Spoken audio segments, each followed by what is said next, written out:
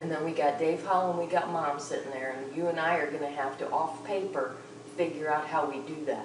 Well, I'm not sure what you got that your mom has. What is it, what kind of loan did you take for your mom?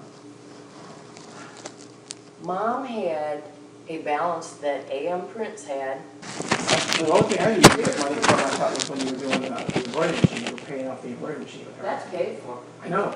That was the only thing I knew of. When I sat down with you that day at the table and I said, we are in trouble, we need help, we need to figure out something, and we need to figure out fast what to do, because we're going down. So I had to go and I borrowed a bunch of money from Mom, but we still owe her $37,000. So it was just sitting there, we've been making payments. I added on top of that $33,000 we bought for the embroidery machine for. Wait a minute, you said above the embroidery. We borrowed the money for the embroidery machine Right. from Mom, Right. and then we added on, I believe it was $27,000. So this is like including the embroidery machine? Right. Okay. So the $33,000 is still... It's down to $36,000 now. I really want to kind of go through all the credit cards too, to try and figure out some of that stuff. Like even Chase, I don't understand what is on Chase credit card. Kind of go through all that stuff and find out what all, you got some money that's still on Chase. So I was curious, like when you took all that credit card, or you borrowed that money from your mom, you paid off some of the credit cards or all the credit cards? Well, And then how to Chase, okay. it's going to be tough. We'll have to pull all the years of taxes we've got filed away and pull out all those credit card stubs for everything and try and regrid it and retrace it and all that.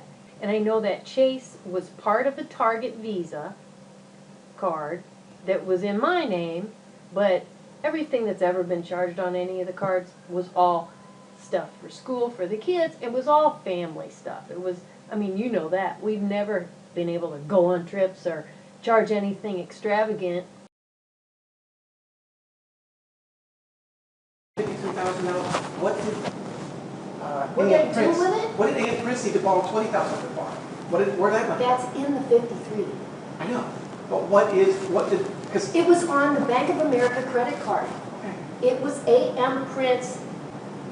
It was going that far into stock. Yeah. So when I was trying to run AM Prince, I would buy t-shirts and hats and jackets to print on the credit card. And then when the bill came in, you just make the minimum payment. And then you keep buying stuff on it, you make the minimum payment because you can't pay it off. Divorce and debt, what you owe and what you don't. Community property states are Arizona, California, Idaho, Louisiana, Nevada, New Mexico, Texas, Washington and Wisconsin. If the wife runs up a credit card in her name alone during the marriage, a portion or all of the debt could be assigned to the husband during the divorce. If you're living in another state like Missouri, then how you split your debt is likely done through what's called equitable distribution, in which attorneys and a judge determine who owes what. In other words, if your spouse racked up a lot of credit card debt in secret, you're more likely to come out of your marriage not owing any of that money. There's no reason AM Prince should be drowning in debt when our personal life's not drowning in debt. That ought to all be paid by both of us too. I don't think AM Prince and I should have to burden that. Well, what was it that the money went towards? What was the $20,000 for? Well, remember I told you before, as far as I can remember, it was shirts and goods, but it was also if we didn't have the money to pay, and we couldn't even make the minimum payments. So, like we do now, I make money in AM Prince and I pull revenue, but back then, we couldn't do it. We didn't have it. So, I didn't have any money there, so I was charging the shirts and all that to keep the business floating. And it all just kept piling up, and we couldn't make the payments on it. We just kept making minimum payments, and as I was ordering more and more stuff for the business, that just got I mean, that's just the way it went. It was all our debt. So A.M. Prince had a credit card. No, it wasn't. There's never been a credit card at A.M. Prince You name. said card, so I was trying to figure out what you meant by that. You said A.M. Prince card. Well, I just Yeah. put all the, instead of spreading stuff out for A.M. Prince on a bunch of different stuff, it's easier to track if you just keep it on one. So everything for A.M. Prince went on that Bank of America card. And it got hot. We didn't have anything to pay it off with till we got this money from Mom. And I don't think it's fair to split it back off. Unless you want to buy A.M. Prince and you want to take that debt. Debt division may be handled in a number of different ways. A few examples include by who benefits from the debt. Sometimes, debts are divided up based on who benefits from the source of them. For instance, the spouse who stays in the marital home will most likely assume the mortgage because he or she is directly benefiting from that debt. Similarly, the spouse who is the primary owner of the business that still has a loan will most likely be assigned responsibility for that loan. By who brought which debt into the marriage. You know, we got behind paying Marilyn, her salary by $4,000 at one point, years ago down here. She needed it to go do something on her house or something. I think it was when she was raising her house. She was gonna go borrow money. I said, Marilyn, don't borrow money. We owe you $4,000. Let me put it on my credit card and give you the money. Don't go put it on your credit card, because that's what she was gonna do. She was gonna take it out on her credit card, but we owed her. So I took it out on our credit card and I paid her. So that was $4,000 more we had on a credit card because we owed Marilyn. Well, you said too, you know. I pay all my The bills out balance of on this this place. also talks about the income, and there's got to be some discretionary money that you had because you were able to pay for Marilyn all those years under the whatever you did with her, except for when you had to take $4,000 out and pay it on a credit card.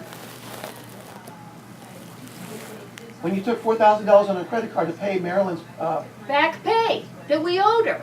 We owed her back pay because the girl was so sweet that she knew we didn't have any money most of the time, and she'd wait a month at a time to get paid. which And we means would that pay A.M. her in Prince was the cash. cause. It wasn't making enough money. So why are you cranking over it? Because it wasn't all us. It was A.M. Prince that was probably the whole problem to start with. It wasn't making enough money when we added on to the house and Thank everything God else. we had this company because we'd have never made it had we not at least had some income coming in. Whole relationship, I mean, can you pinpoint something where I lied to you? But I still say, you said many times that all that money No, was I A.M. never Prince. said all that money that we borrowed from Mom was for A.M. Prince. Never, ever did I say that. Never. And I never said it was all A.M. Prince. Never, ever did I. We borrowed money from Mom to pay off credit card debt. That's not what you said. Well, you that's said what it was was on A.M. that. Prince. See, you're making all kinds of stuff up. I added on top of that $33,000 we bought for the embroidery machine for. Wait a minute, now you said above the embroidery. We borrowed the money for the embroidery machine Right. from Mom, Right. and then we added on, I believe it was $27,000. So this is like including the embroidery machine. Right. Okay. So the $33,000 is still. It's down to $36,000 now.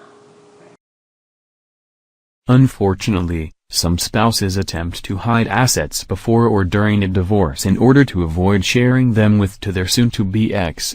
However, divorcing spouses in all states can use powerful legal tools, called discovery, to help them find hidden income and other assets. The first step in dividing assets during a divorce is to create a complete financial picture of all of the assets owned by each spouse. Generally, these assets will be categorized as marital, property acquired during the marriage, separate, property acquired before the marriage, after separation, or by gift or inheritance, or commingled, where you've mixed marital and separate property together, for example, in a bank account or retirement fund. These are general rules. The laws of your particular state will dictate exactly how property is characterized.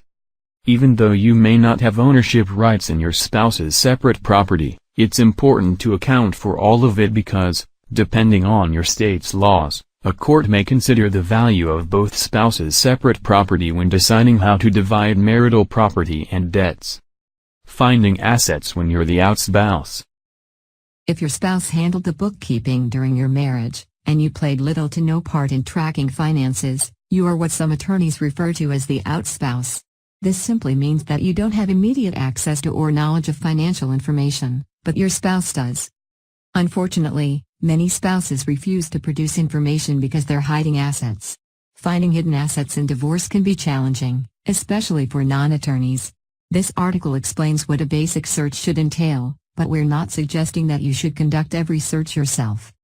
If you believe your spouse is hiding assets, you may want to contact an attorney with experience in asset search and investigation. Even if you don't suspect your spouse is hiding assets, it's wise to consult with an attorney to ensure you're asking the right questions. Maybe why don't you talk to me instead of doing shit like this? What? What?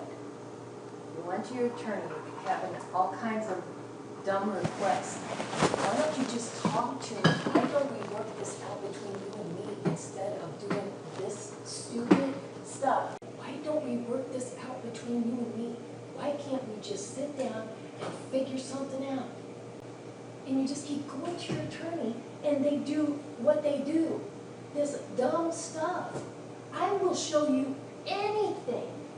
Ask me what you've got on your mind. You've obviously got something on your mind that you think I'm hiding from you or stealing from you or some. What are you trying to find out or do now? I just want to make sure we're being fair. I just want to make us go around fair. This is not going to make us go fair. You and I are going to end up being fucking enemies over this. We didn't have the money to do the discovery. That's why I suggested that we not do it. Had I can't done go discovery, back I would have and- known it, but you beated me up, plus I couldn't afford it anyway. I was in a Well, corner. okay, you made a decision. You couldn't afford it. You I kept was on in a pounding corner. and telling me not to do it. I'd have known about this if I'd have done it. Yeah, okay, so somebody who's divorcing you, you're gonna listen to them?